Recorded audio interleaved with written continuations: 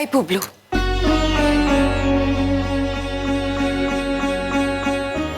বলো। শোন, তুই ঘরে যা তো এবার। দেখ, এখন তোর মাথা গরম হয়ে গেছে। এখানে থাকলে তুই এই সমস্ত কথাই বলে যাবি। বাবা, যা ঘরে যা। আমার কথাগুলো খুব এম্বারেসিং লাগছে, তাই না? যেটুকুনি আমি কাউকে বোঝাতে পারবো না, জানো তো, যে আমার ভিতরে কি চলে। সারাক্ষণ ধরে কি যন্ত্রণায় আমি ছটফট করি। কেন জানো তো? আমি যখন ভাবি না যে এই পৃথিবীতে আমার আসাটাই তো মিনিংলেস, কারণ কেউ তো চায়নি আমি এই পৃথিবীতে আসুক। Nobody wanted. তাদের অনিচ্ছায় আমি এই পৃথিবীতে এসেছি। কারো কোনো দায়ভার ছিল না আমার। তারপরে আমাকে রেখে বাবা চলে গেল। তারপরে যার দায়ভার নেওয়া উচিত ছিল সে তখন জেল খাটছিল। এইটার পরিচয়। এসব কথা কে বললো তোমাকে? ওগুলো, এই কথাগুলো মাথা থেকে বার করে দাও। কি করে বার করব? কোনো মিথ্যে কথা বলছি আমি? তোমরা একবার সবাই মিলে বলে দাও দেখি যে এই কথাগুলো সব মিথ্যে। আমি আর কিচ্ছু বলবো না। কে বলেছে তোমাকে? ওই গুড্ডি? খবরদার! যার সম্পর্কে এই কথাগুলো বলছো বুঝে কথা বলো। যা জানো না, যা বোঝো না, তাই নিয়ে কথা বলো না। আরে উনি কি বলবেন? উনি ওরকম মানুষ? আমার তো ওনাকে দেখে এরকম কিচ্ছু মনে হয়, এবং উনি যেরকম মানুষ নন এটা তুমিও খুব ভালো করে জানো। উনি তো নিজের পরিচয় দিতে চাননি। তোমাদের কথা কি বলবে? চাইলে অনেক কথা বলতে পারতেন, অনেক কিছু বলতে পারতেন, কিচ্ছু বলেন। যা করার সেটা নিজের কাজ দিয়ে বুঝিয়ে দিয়েছেন যে এই পরিবারকে উনি কতটা ঘৃণা করেন। এই পরিবারের ছেলেকে উনি কতটা অযোগ্য, কতটা অবিশ্বাস, কতটা অকৃতজ্ঞ, বিশ্বাসঘাতক বলে মনে করেন। তাই তিনি যাক, ছাড়ো। এসব এসব কি বলছিস তুই? ও আমাদের ঘৃণা করে? তোর দাদানকে ঘৃণা করে? কেন পুবলু? আমি আর দাদা তো গিয়েছিলাম। হ্যাঁ, আমাদের সঙ্গে সম্পর্ক রাখতে চায় না, এ কথা সত্যি। তো তার মানে এই নয় যে ঘৃণা করে। আর তোকে অবিশ্বাসী বলে মনে করবে কেন বলতো? ওর মেয়ের সঙ্গে তোর বন্ধুত্ব রয়েছে, তোদের একটা ভালো বন্ধুত্ব। সেরাম হলে তো তোকে বাড়িতেই ঢুকতে দিত না। কত সুন্দর করে তোর আইবুড়ো ভাত পালন করলো বল। ছাড়ো না কেয়াফুল, আর ভাল লাগছে না এইসব। আচ্ছা, আমরা কি বলেছি বলতো? তুই তো তখন থেকে বলছিস কিরকম তুই রেগে রেগে কথা বলছিস। আজ বাদে কাল তোর বিয়ে, তুই আনন্দ করবো বলো তো সবাই মিলে, তা না? তুই তো দেখছি তোর বিয়েতে আমাদের আনন্দই করতে দিবি না। এই বাড়িতে আর কে আছে বল? তুই তো এই বাড়ির একমাত্র ছেলে। তোর বিয়েতে আনন্দ করব না তো আর কার বিয়েতে করব বল? এই সব কথা ধরে বসে থাকলে হবে? ভুলে যা অতীতের কথা পুবলু।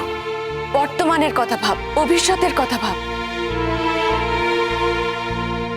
জেঠিমণি, যার অতীতটাই গন্ডগোলের না, সে বর্তমান ভবিষ্যৎ কিছু দেখতে পায় না গো।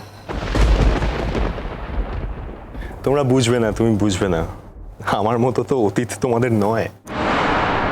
পুবলু, কি এমন অতীত তোর বলতো? তুই নিজে শুধু এসব ভেবে যাচ্ছিস। ভাবিস না, এত ভাবিস না। বাধ্য হচ্ছি ভাবতে। আমারই অতীত আমাকে ভাবতে বাধ্য করছে। কারণ আমার এই অতীতের জন্যই আমার জীবনের সব থেকে বড় আকাঙ্ক্ষা পূর্ণ হবে না কখনো। সে আকাঙ্ক্ষা সম্পর্কে তোমরা কেউ কিচ্ছু জানো না তো, অনেক সহজে কথাগুলো বলছো।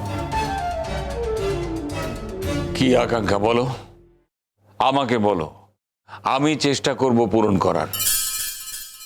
এটা তোমার হাতেও নেই দাদান। কি এমন যেটা আমাদের হাতে নেই? কি ক্ষতি হয়েছে তোমার অতীতের জন্য? তুমি বলো।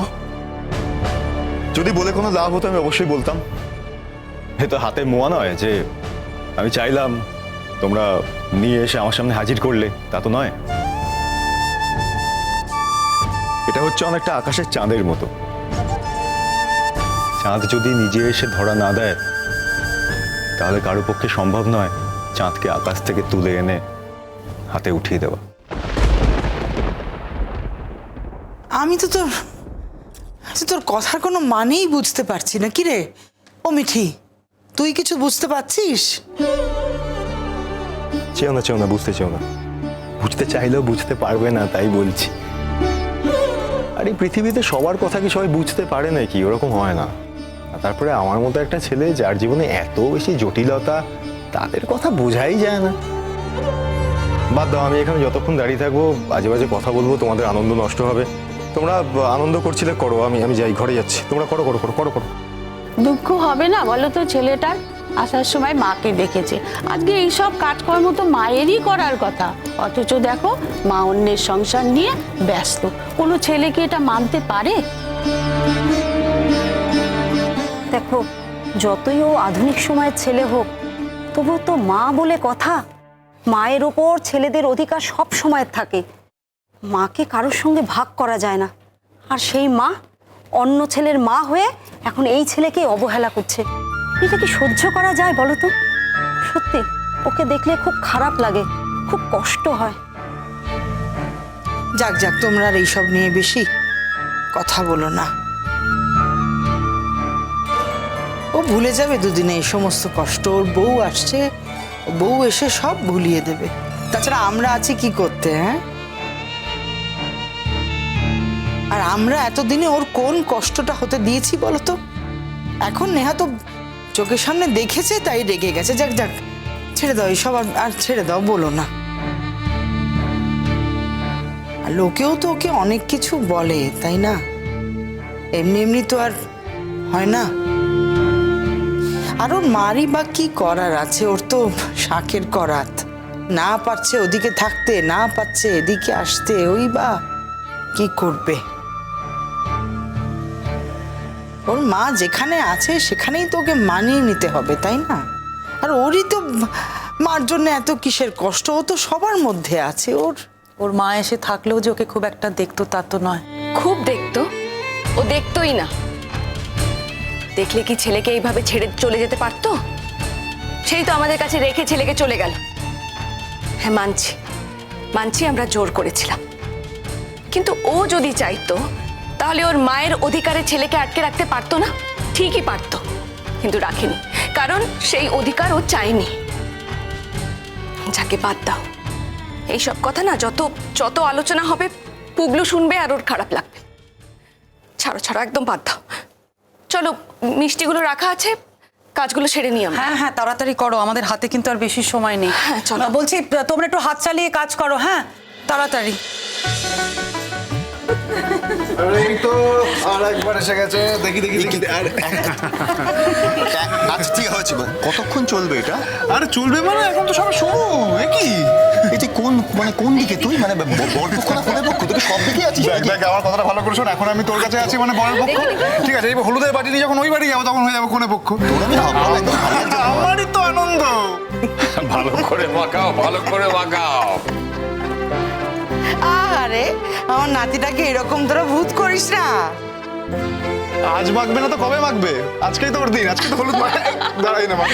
শোনো, সন্ধ্যের লগ্নে কিন্তু বিয়ে, আমাদের খুব তাড়াতাড়ি বেরোতে হবে। তুমি ওদের বাড়িতে গায়ে হলুদটা নিয়ে যাবে, শিগগিরই ফিরে আসবে কিন্তু। ওরা খাওয়াতে চাইলেও কিন্তু খেতে বসবে না, ঠিক আছে? আমিও দুপক্ষেই আছি একটু তো। হ্যাঁ, একদম। ছেলেটার বাবা নেই, মা থেকেও নেই, তবু তো আমরা মানুষ করে এত দূর পৌঁছে দিতে পারলাম, সেটাই শান্তি। হ্যাঁ, সেই এখন পরেরটা ভালো হলেই হয়। কেন, অয়ন্তিকা মেয়েটা তো খুব ভালো। কি বলবো তোমাকে, তবু কেন যেন মনে হয় পুগলু খুশি নয়। কিছু একটা ওর মনের মধ্যে আছে, আমার ভয় লাগে। এরকম তো হওয়ার কথা নয়, জানো তো, মানে